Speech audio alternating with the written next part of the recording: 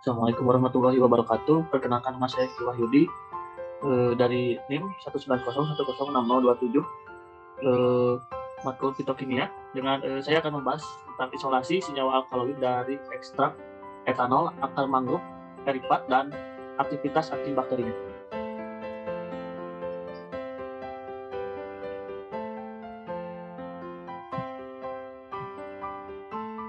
Ya, yang pertama ini latar belakangnya adalah eksplorasi kandungan kimiawi dan bioaktivitas tanaman mangrove penting dilakukan untuk menemukan agen terapeutik baru bagi masyarakat serta mengembangkan nilai medisnya. Selanjutnya ada masuk ke alat bahan. Bahan utamanya adalah akar tanaman mangrove eripat dengan pelarutnya N-heksana, etil asetat, etanol, aseton, malt, dan reagen dengan alat maserasi, rotary evaporator, terus ada kertas cakram, alat plat KLT, dan lain sebagainya. Nah, yang pertama ini masuk ke metode ya. Nah, untuk metode ini preparasi sampel akar mangrove dikumpulkan, dibersihkan, dipotong kecil-kecil, dikeringkan dan dihaluskan. Selanjutnya di ekstraksi senyawa bioaktif. Simplisia akar mangrove dimaserasi secara berurutan menggunakan 3 pelarut yang berbeda polaritasnya, yaitu N-heksan, etil asetat, dan etanol. Hasil maserasi dikumpulkan dan pelarut diuapkan dengan rotary evaporator hingga diperoleh ekstrak kental. Selanjutnya, isolasi senyawa fraksi aktif antimikroba. Sebanyak 15 gram ekstrak etanol S-alba dipisahkan dengan VLC atau vakum liquid kromatografi dengan sigel 200 gram dan dialusi dengan campuran N-heksan. Selanjutnya, sampel disiapkan dengan praadsorpsi dan dielusi menggunakan eluen dengan polaritas yang meningkat. Eluat disimpan dengan vial dan masing-masing dikelompokkan menjadi fraksi. Setiap fraksi kolom diuapkan dengan rotary evaporator dan dilakukan uji aktivitas antimikroba. Selanjutnya, fraksi aktivitas dipisahkan dan dimurnikan dengan teknik kromatografi dan kristalisasi untuk mendapatkan senyawa aktif murni. Fraksi menggunakan yang menunjukkan aktivitas antimikroba di analisis kemurniannya menggunakan kromatografi lapis tipis atau KLT, menggunakan pelarut dengan berbagai eluen. Selanjutnya, kita masuk ke aktivitas antimikrobanya. Inokulum bakteri dibuat dengan cara inokulasi ke dalam media Mueller Hinton Broth atau MHB. Kemudian diinokulasi selama 24 jam pada suhu 37 derajat Celcius. Suspensi bakteri yang diinokulasi disentrifugasi sehingga homogen. Kemudian diukur transmitansinya pada panjang gelombang 580 nanometer. Transmitans ditetapkan sebanyak 20% atau jumlah bakteri kira-kira 105. Dengan menambahkan suspensi bakteri jika jumlah sel terlalu kecil, transmisinya lebih dari 25%, atau dengan menambahkan media MHB cair jika jumlah bakteri terlalu padat. Transmitasi kurang dari 25%, itu menurut Balouri ETAE 2006 dan Howard Kava ETAE 2018. Selanjutnya, uji aktivitas antibakteri 25% dari suspensi kedua bakteri S. aureus dan E. coli ditambahkan ke dalam 0,1 ml cawan Petri, kemudian 10 ml Na ditambahkan ke media beku pada suhu sekitar 40 derajat Celcius. Kemudian cawan Petri digoyangkan hingga suspensi bakteri benar-benar tercampur ke dalam media, lalu dibiarkan hingga menjadi padat.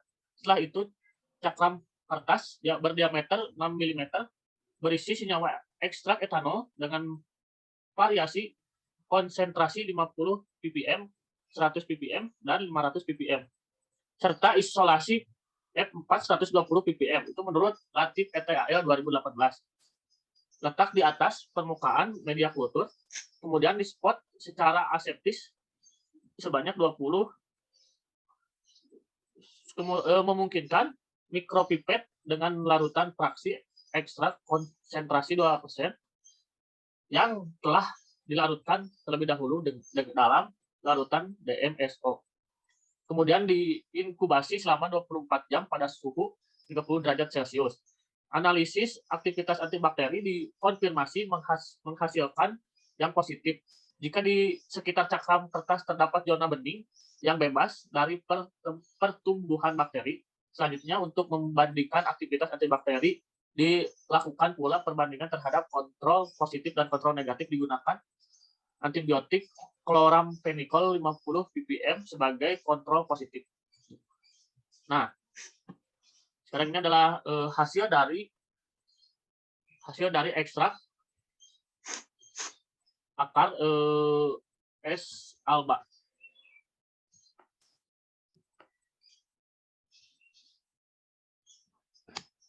Nah, ini ada tabel 1 hasilnya dari rendemen ekstraksi akar S. alba ini. Presentasi ekstrak diperoleh dari proses ekstraksi dengan maserasi menggunakan 3 pelarut berbeda. Yang pertama, pelarut N-heksan, etil asetat, dan etanol disajikan pada tabel 1 dan hasil menunjukkan bahwa presentase rendemen tertinggi terdapat pada fraksi yang diperoleh dengan menggunakan pelarut etanol. Isolasi senyawa alkaloid dari ekstrak etanol dilakukan dengan menggunakan VLC sebelum pemisahan terlebih dahulu dilakukan screening untuk pengujian fitokimia yang dihasilkan. Hasilnya ditujukan pada tabel 2. Ekstrak etanol akar S. alba mengandung beberapa senyawa metabolik sekunder. Terus alkaloid, fenolik, flavonoid, terpenoid, steroid, saponin, dan quinon. Nah, ini tabel 2 screening fitokimia dari akar S. alba ini. Nah, kita bahas hasil fraksinasi menunjukkan terdapat 6 fraksi masing-masing F1 sampai F6 seperti yang ditunjukkan pada tabel ketiga. Tabel ketiga terdapat dilihat bahwa ini tabel ketiganya. Tabel ketiga terlihat bahwa dari 6 fraksi yang diperoleh terdapat 2 fraksi yang dihasilkan sedimen, yaitu fraksi 2 atau F2 dan fraksi 4 yaitu F4. Endapan F4 kemudian dimurnikan dengan pencucian menggunakan pelarut N-heksan dan etil asetat. Selanjutnya dipantau dengan KLT. Hasil KLT menunjukkan pada satu noda yang mengkonfirmasi kandungan senyawa target, yakni alkaloid yang terdapat pada F4, sehingga kemudian dilakukan proses pemurnian isolat.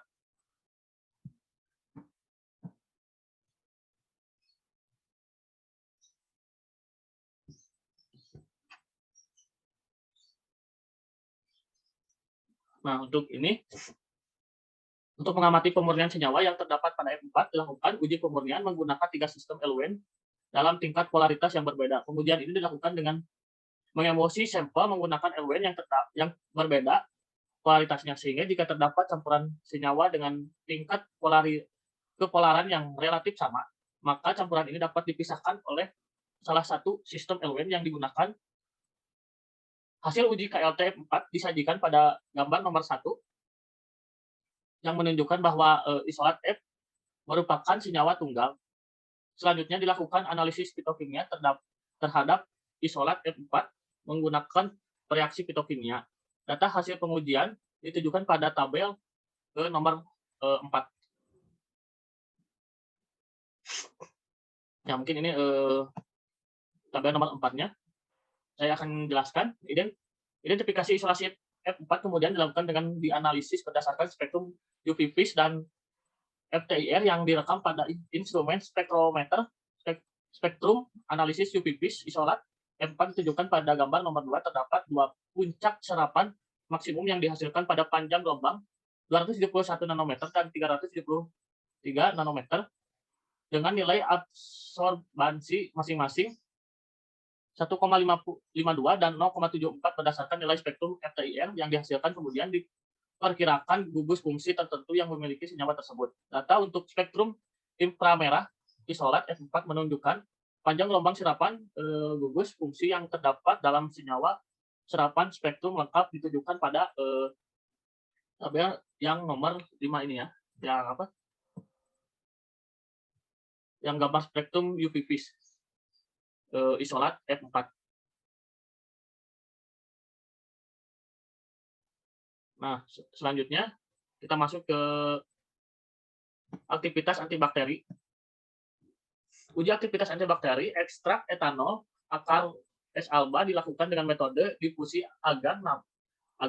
Namun metode ini dipilih karena relatif sederhana dan hasil yang diperoleh juga cukup baik dalam mengamati aktivitas antibakteri pada pengujian. Ini cawan Petri yang berisi mikroba media Na kemudian diinokulasi, kemudian ditambahkan cakram kertas yang berisi larutan uji ekstrak etanol akar S-alba dengan variasi konsentrasi. Hasil uji aktivitas antibakteri ditunjukkan pada tabel nomor 6. Mungkin seperti ini ya. Untuk pembahasannya, Redamen merupakan hasil pembanding antara ekstrak dengan simplisia awal atau sampel. Buat ekstraksi S-alba disajikan pada tabel 1. Redamen ekstrak etanol lebih banyak dibandingkan ekstrak etil asetat lain dan ekstrak N-heksan. Hal ini ditunjukkan bahwa komponen bioaktif S-alba relatif banyak diekstraksi oleh pelarut polar daripada komponen semipolar bahkan nonpolar. Isolat F4 yang diperoleh melalui pengujian fitokimia menunjukkan relatif positif dengan reaksi Mayer dan Dragendorff sehingga terlihat pada tabel nomor 4. Berdasarkan data spektrum pada tabel 5, diketahui adanya serapan pada bilangan gelombang 3177,3 cm dengan intensitas kuat dan lebar yang menunjukkan adanya gugus OH. Adanya gugus hidroksil diperkuat oleh serapan pada bilangan gelombang 1067,32 cm yang menunjukkan adanya sinyal bulur CO. Itu menurut Alif ETAL. Di samping nilai bilangan gelombang 3389,46 cm memiliki intensitas sedang dan tajam menunjukkan adanya gugus NH. Hal ini diperoleh dengan UV vis yang menunjukkan eksitasi elektron dan ditunjukkan oleh adanya absorpsi pada bilangan gelombang 136048 cm. Nah, selanjutnya, berdasarkan hasil analisis FTIR, F4 diasumsikan bahwa isolat terdapat merupakan gugus alkaloid aromatik yang memiliki beberapa gugus fungsi NH, OH, CH aromatik, CN, C sama dengan O, CO, dan C sama dengan C. Dengan dugaan, senyawa ini diperkuat dengan kesamaan serapan spektral IR senyawa alkaloid dari hasil penelitian sebelumnya yang dipublish oleh Wadley et al. 2015 dari daun Rivina humilis. Berikut perbandingan interpretasi data analisis FTIR terhadap isolat F4 seperti yang terlihat pada tabel nomor 7 seperti ini ya.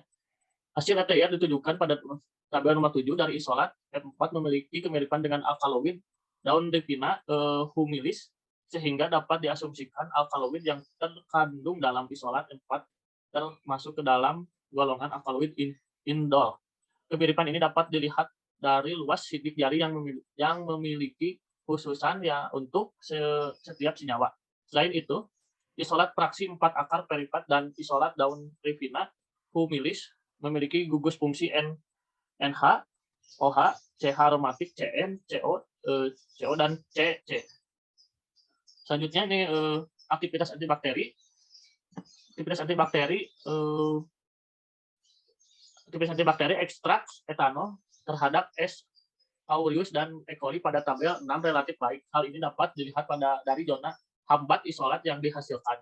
Mendapat kontrol positif adanya zona bening di sekitar cakram menunjukkan bahwa ekstrak tersebut memiliki kemampuan untuk menghambat aktivitas antibakteri mikroba uji. Hal ini dapat disebabkan oleh adanya senyawa metabolit sekunder yang dimiliki oleh ekstrak akar etanol S-alba seperti alkaloid, fenol, flavonoid menurut Govinda 2018 serta Latif et al. 2020. Kesimpulan yang saya dapat diambil, senyawa alkaloid berhasil diisolasi dari fraksi 4 yang dibuktikan dengan hasil screening dan karakterisasi senyawa isolat F4 dapat berperan sebagai agen antibakteri melalui aktivitas antibakterinya dengan menunjukkan zona penghambatan pertumbuhan terhadap S. aureus sebesar 1,5 mm dan terhadap E. coli sebesar 2,5 mm. Untuk saran, mungkin hasil dari percobaan di jurnal ini mudah-mudahan dapat digunakan sebagai bahan bacaan dan referensi di dunia medis sebagai saran untuk meningkatkan ilmu pengetahuan dan wawasan. Ya, saya daftar pustaka. Mungkin sekian dari saya. Mohon maaf bila ada kesalahan. Wassalamualaikum warahmatullahi wabarakatuh.